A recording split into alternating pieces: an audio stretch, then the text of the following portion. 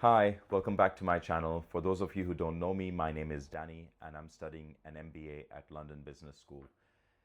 So I'm in my second year already and I can tell you time flies in the program. There are so many things to do. So in this video, I will be sharing how I finished in the top 10% of my class in my first year, which is what's needed in order to get into the Dean's List, as well as my grades for some transparency. This was highly requested because a lot of first-year MBA students at LBS reached out to me asking what my grades were and what's required to get onto the Dean's List. Now, you must have heard the saying as well, you are the average of the 5 people you spend the most time with. In my case, that was true. The 3 people in my MBA who I am closest to, who I spent the most time with, all 3 of them also made it onto the Dean's List. So you can imagine that when we were socializing or hanging out, we were also talking about assignments. We were discussing what's due. We were also helping each other out. And I feel like spending time with them was instrumental in me getting into the Dean's List. Now, I'm not saying just hang out with nerds, but instead I will share 3 main things that helped me get into the Dean's List. So number 1, use your calendar. Put every single deadline you have for assignments, for quizzes, for exams on your calendar. This has saved me so many times. Especially in your first year, for several core courses, you will have weekly quizzes, and these will be due at different times for different courses.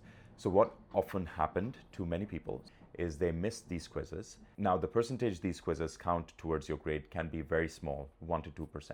But there can be 5 to 10 quizzes, and if you're traveling all the time, these tend to be the easily missed deadlines. So the best way to do this is when you start a course, go onto assessments under Canvas and see when every assessment is due, and then just make sure it's on your calendar. Number 2, manage your time. There will be many things in the MBA program that will pull you in multiple directions. The opportunities are endless. And the most important thing here, if you want to get into the Dean's List, is to make sure you prioritize your academics and you manage your time effectively. Now, getting onto the Dean's List doesn't mean you have to sacrifice your social life, but you do have to understand that there will always be compromises. There will always be trade-offs. Number 3, use AI wisely. So several courses at LBS actually will encourage you to use AI. I would recommend being cautious with your use of AI. For instance, you can use ChatGPT or Gemini to check answers of an assignment that you've done. And AI can be really helpful when you're writing an essay and you need help organizing your thoughts.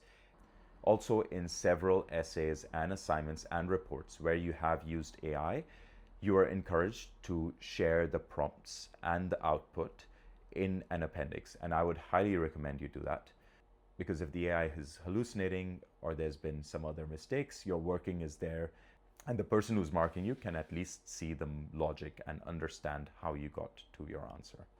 Now, in the next section of this video, I will be sharing the grades I got for each of my core courses. Core courses are courses that all the MBAs have to do. So it creates a level playing field in terms of who gets into the Dean's List and who doesn't. Because there's several other courses, such as electives, which you can pick. And people tend to pick electives that are easier to pass or score higher on. So at least having it restricted to the core courses makes it fair for everyone. Now, the first course is accounting. I got a B in accounting, which I feel a bit ashamed about because I worked as a tax consultant and accountant at Deloitte in New Zealand for 2.5 years. Now, I feel I did very well in the first half, which was financial accounting, but the second half, which was management accounting, I did not as well as the rest of the class. The assessment for the second half was a take-home assignment as opposed to an actual exam. In this take-home assignment, I got somewhere along the lines of an A, but because everyone else had scored so high, I ended up being dragged down and I got a B. My Indian parents would be very disappointed. So the next one is operations management, in which I got an A+.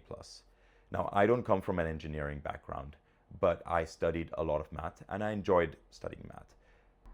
And as someone who's done quite well in math exams in the past, I found it quite easy studying for this, and I wasn't as surprised when I got an A+. And the next one is marketing, in which I got an A+. I really enjoyed this course.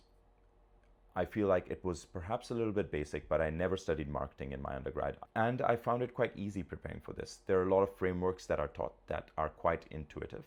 And in the exam, as far as you're thinking within these frameworks, you have a lot of leeway to argue your point. In other words, you can bullshit your way through it. So the next one is the science of people in organizations, in which I got a B. Now, I wish I did better in this course because Daniel Efren, who teaches this, is one of my favorite professors at London Business School. So I did not do very well in the exam, and I believe that's because several concepts in this course are counterintuitive. So you actually need to think things through and apply the concepts that were learned in class. So there's less scope for bullshitting. And the next course is Finance 1, in which I got an A. I enjoyed this course thoroughly, and both the lecturers, Anna and Alex, were very passionate about the subject matter. Finance can be very boring and stale, but they did a great job keeping it interesting. So the next one is strategy, in which I got an A+. Strategy was a little bit like marketing, where you're taught certain frameworks and then you have the leeway to argue your position as long as you are applying those frameworks.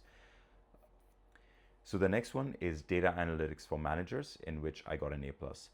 Now, if you've done any form of statistics or probability or mathematics, this is actually quite an easy course.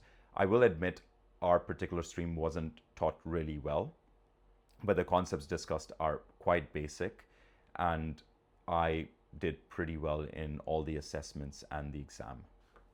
Now, the next one is perspectives on business ethics, in which I got an A+.